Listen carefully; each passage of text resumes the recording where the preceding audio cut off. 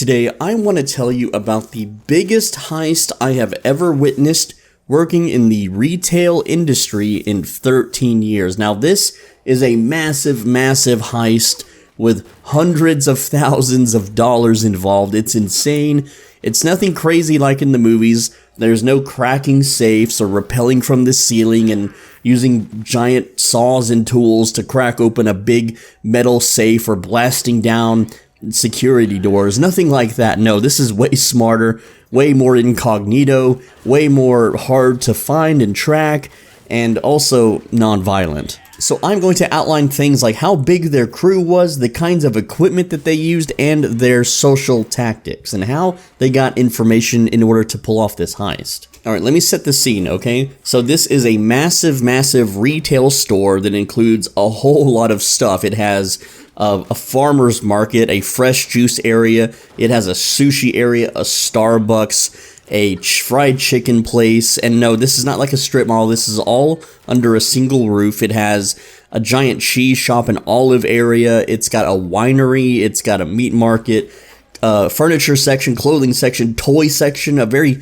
sizable toy section, a whole pharmaceutical area, and of course, groceries, food, just energy drinks, steaks, meat market stuff. It's a massive retail store. Okay, like imagine a really big Walmart and then imagine bigger. Okay, that's the size that we're talking here. And this was a newly built, maybe less than 1 month old, I would say. I don't know exactly when, but at least less than 1 month since grand opening.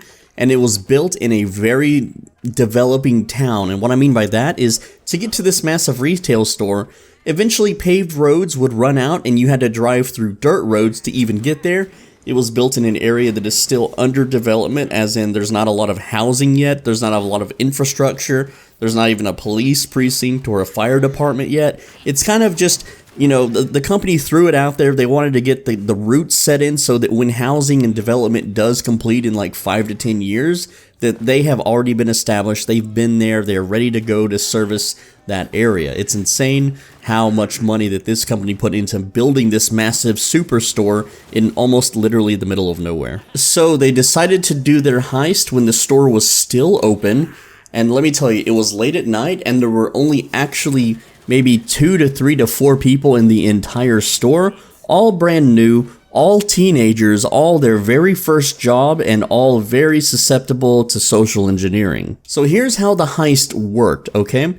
So they had at least 10 people come into the store. They all came in with big vans, and they all brought massive totes into the store. A tote is a really big plastic container used to hold lots of items. They had a few extra on lookout in the parking lots, and then later from police reports, they actually had lookouts on the streets for both of the dirt roads, just kind of chilling on the side to monitor if any actual police would be driving down the roads or not. They all wear this dark blue uniform which had some sort of fake company logo, and they were all dressed quite professionally, and from what I was told, they were very friendly to the staff that were there that night. So here's how it worked. The team put all of their totes into a shopping cart, and then they just went to the aisles and started loading product into the totes. But here's the thing too, is that because they were dressed in uniform and they were doing it all over the store, everyone thought it was completely normal, and whenever they would talk to the one cashier or the self-checkout person or the other few people that was working somewhat overnight, just like regular grocery stocking and stuff, they were told, oh, we're from so-and-so organization, and these were, we're here to pick up the donations for such and such. So these guys got away with hundreds of thousands of dollars of product, okay? So here's what it would look like, okay? So you got a guy, and he's got these blue totes, and he sets them on the ground in front of the grocery aisle, and he just starts loading product into these totes. And I'm not talking like grocery items like, oh, let's go get a can of pasta sauce. Ooh, this looks good. A box of spaghetti. No. They went for high value, easy to sell items. But they also didn't completely clean out the shelves. They did leave a few products in there so that the shelves would look stocked. That way, if there was no reports that night, that the next day it wouldn't be super suspicious that, hey, what the hell, where did all the product go? Because the shelves would still look somewhat, at least 2 products each, and that's enough to give the illusion that the wall is still stocked and fully ready to go. So they had a team that cleaned out the pharmaceutical section, including all the vitamins, all the medicines. Well, not everything, like I said, they did leave a few left on the shelf, but like that alone is just tens of thousands of dollars just immediately gone. And of course they can relist this stuff on Craigslist or sell it through, you know, their little shady market of selling, or, you know, even at these like big trade sections. We have like places around here where people just set up a random shop at a like a bazaar, and they just sell stuff super cheap. Then you had a guy that cleaned out almost all of the energy drinks. Okay, energy drinks are super high value, they're very easy to resell. And of course, some of these people probably have vending machines or have friends that have vending machines. They sell it to them at a discount. It's just insane. They took all of the best cuts from the meat market, none of the cheap stuff, but the really expensive like steaks, the just T-bones, everything that's of value in the meat market, just put into a tote.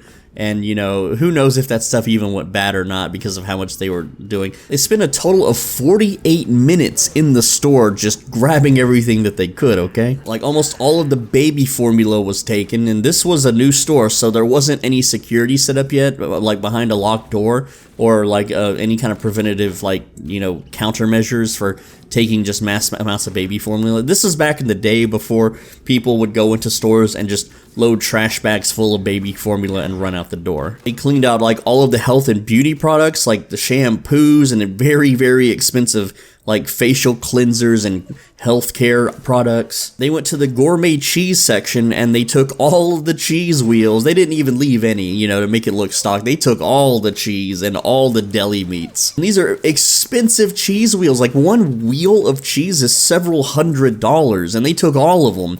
And like all the big like hocks of hams, and like if you go to a deli counter where they freshly shave the meat, they just opened the coolers and just took all of the meat. The wine section was not picked clean. The wine section, they only took the expensive bottles of wine. Now this store in particular had a cabinet that was locked, but it was a very flimsy and easy to breach lock. Like you could just pull really hard on the door and pop it open. And that's what this guy did. He just grabs the handle, yanked on it really hard, which broke the lock on it, and then the thousands of dollars of bottles of wine were all taken from that cage. They stole all the expensive craft beers, all the really expensive like soda drinks, like the really fancy ones. They took all the expensive cakes that were out on display. They loaded shirts, jackets, pants, and all types of like clothing just in these totes. They took so much. They went behind the counter to the Starbucks and took all of their barista tools, like the blenders. They took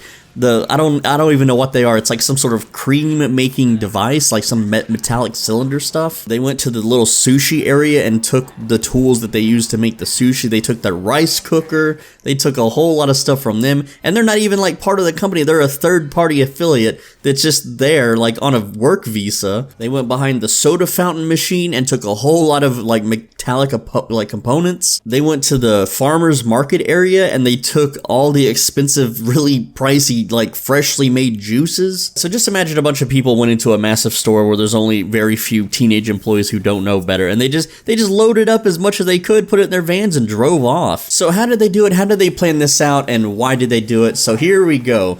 First off, they were able to figure out which day was the best day to rob the store by simply calling and asking about which days were truck days and which days were not truck days, just as a concerned customer. So of course, management told them, and I was technically a management at the time, but I didn't really disclose that kind of information over the phone or anything, but I was more so waiting for my own store, so I was just like an extra for this store. So they would call and be like, hey, when's your truck day? I want to make a big purchase, blah, blah, blah. Oh, our trucks are Sunday, Tuesday, Thursday, blah, blah, blah, blah. Thank you so much. And the reason they wanted to go late at night on a non-truck night is because there would be less employees, because these stores do not employ a large overnight crew to stock the shelves unless there are truck deliveries that night. Otherwise, they just have a few people that come in much later, generally right before the store closes, to just condition the shelves, which means to arrange all the products back and make them look nice and full and good, and to check dates and to do other kinds of activities. Also, the upstairs to the manager's office area, or the employees, like locker rooms, employee restrooms, break rooms, and so on and so forth, easily publicly accessible. You just had to walk up some stairs, you know, just wear like a uniform, just have a clipboard in your hand, wear a reflective jacket, everyone will think that you belong. It was a brand new store. There was a lot of people there during the daytime. So many different contractors, construction stuff going on, a whole lot of third-party people that would come in and clean from a company that's not even working for that retail company was there. So it was very easy for a few of them to just walk up the stairs, look like they belong, and then see every employee's schedule, which is publicly posted on a schedule wall. So all they had to do was look through the employees' schedules and then figure out what day had the least amount of employees, and then start scouting out those particular employees to see, are they experienced? Do they have a lot of years? Are they going to be suspicious? Are they paranoid? And of course, they had to pick a night where the only employees in the entire store were teenagers. Both employees were, teenage females who came from very rich upbringing families, who had no work experience at all. They had never even really experienced crime in their closed, tight-knit, gated community neighborhoods, so this was all brand new to them. They had no reason to distrust anyone in a uniform who told them what they were. But of course, the two front-end employees, one was self-checkout, which, for those that have never worked in retail, you're not supposed to just wander around a giant store when you work self-checkout. You're supposed to stay at the self-checkout area, clean it up, make sure everything looks nice, make sure there's bags for customers, but mostly these teenagers would just watch videos on their cell phones until their shift ended, because they didn't have a lot of customers at the time, because again, the store was out in the middle of nowhere, so there wasn't a lot of customers anyway. And because there weren't a lot of customers, there wasn't really a reason to have a really big staff for the overnights either, so I think at the time there was only 1 or 2 people overnight, but they haven't even arrived to the store yet. They arrived to the store just about as this heist was closing down. And then the one other employee was a cashier, because the store wanted to have at least one cashier for extremely big orders, because it was a new store and people were making large purchases due to the big sales that were going on. So there was one cashier scheduled until about 12 a.m. or so, and then, they had to leave because there's no reason to have a checkout open, when you can just have your self-checkout do all the work. But also because it's a new store, it's harder to get employees. People have limited availability, especially teenagers, especially, no one wants to drive through dirt roads in the middle of nowhere to work at a store that doesn't really even have a budget for that many employees anyway. So the store was just very understaffed at the time anyway. So, as a teenager, these people come in, they're all in uniform, they're all very professional, they're all very kind, they're smiling, there's nothing suspicious about them at all. They mentioned something about being part of a charity here to pick up the products that they were promised, yada, yada, yada. They have papers. They show some fake documents to the cashier and the self-checkout person. Like, oh, yeah, that's fine. And that basically gave them stress-free, free reign to just loot the almost entire store. I mean, of course, they didn't loot the entire store. They didn't have nearly enough people to completely clean out everything, but they got all the most valuable stuff. Beer, wine, liquor, meat, energy drinks, medicine, health, beauty care products. They also took almost all the cleaning products, like the really big things of Tide Pods, stuff like that. Very, very expensive for stores. A lot of these retail stores, they lose money by ordering those products, and they have to make up the sales otherwise. Like, for instance, the particular store that I worked at, the Tide was bought at like $8 a jug and sold for like $6.99. So the store lost $1 per Tide sold. Then you go on Craigslist and you see these stories like, oh, my grandma just passed away and she had a bunch of extra Tide I need to get rid of. I'll sell it to you for $5 a jug. And hell yeah, that's a great deal. It's an amazing deal, but you know how they got that Tide. But yeah, it was the perfect heist. I mean, there was the cameras in the parking lot couldn't identify any of the plate numbers on the vans because the grocery store was built around dirt roads. There wasn't like street cameras or any kind of surveillance, so the police couldn't really get a good plate number or prove that this van was from this location other than just its basic color and shape, because again, back then, the cameras weren't the highest of quality, and it's just nutty. These guys got away with it. Between these 10 people, they cleaned out, I think it was like $380,000 in product that we lost. And then corporate to factor in the labor to restock it all, the labor to reorder it, reship it, repackage it, all of that kind of fun stuff came out to another like $200,000. So in just 48 minutes, this team of people managed to almost cost the company nearly $500,000. And all they needed was a good story, some fake documents, a, spiffy little uniform, and a small team of people. That's all they needed. They didn't have to have any power tools or safe crackers or anything. They didn't have to have special keys or lock-picking skills or computer hacking, none of that. And come the very next day, management gets there, I get there, we're all there, and we're like, whoa, we had a lot of business last night. What's going on? The shelves are super empty. What happened? And we check the sales data, and it's actually lower than normal. We're like, okay, so something happened. And then we look at the camera, and it's crazy. We look at the cameras, and you just see these people just loading up totes. They're just robbing us blind. They're just stacking all this stuff in these totes, putting them in the shopping carts, rolling them out to their vans, coming back in, restocking their totes, and they're just going back and forth. They're just wheeling out the product willy-nilly, just completely uncontested. It's so wild. It's crazy. And management just starts fighting each other. They're like, what the hell? Who let this happen? Why didn't these cashiers call anybody? Well, it's like 11 something o'clock at night. Why are they going to call anyone? These cashiers didn't have anyone's contact info. They didn't have their supervisor's cell phone numbers. They don't have management's phone numbers or anything. They've just been, it's like their first couple of weeks working there. They don't know what they're doing. They're just chilling, playing on their phones, right? And oh my God. Management tried to blame the cashier and the self-checkout person, and it's like, this is their first job. They don't know that it was a heist. They don't know what's going on. They were never trained for this. You can't be beating them down for this. It's not their fault. Oh, and the labor to get the counts right again, that was insane. They had to hire a special team to come into the store and currently count all the product that remained so that they could find out how much stuff was even stolen in the first place. And that was several $1,000s. Unfortunately, the cashier had quit shortly after due to emotional distress, and the person working the self-checkout just stopped showing up. They didn't quit, they didn't call in, they just stopped showing up to work. Never to be heard from again, so I guess they just quit. Oh, I forgot to mention, there was a whole kitchen section that they looted as well. All these really expensive kitchen knives and plates and kitchen gadgets and just kitchen utensils, all gone. But yeah, out of all my years, I've witnessed a lot of crazy heists. I've witnessed people that come in at night and they just drive a van through the wall and hook up a bunch of tools and then drag an ATM machine out and then loot that for, like $50,000. Or people that, smash down doors and then they break into safes and grab the $10,000 to $30,000 in there. People that rob the bank inside the store. I've seen employees wire thousands of dollars illegally through Western Union.